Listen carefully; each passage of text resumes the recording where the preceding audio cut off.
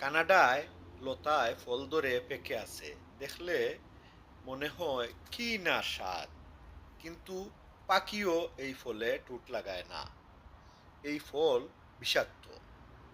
এই ফল মুখে দিলে গলা পর্যন্ত তিতা হয়ে যায়।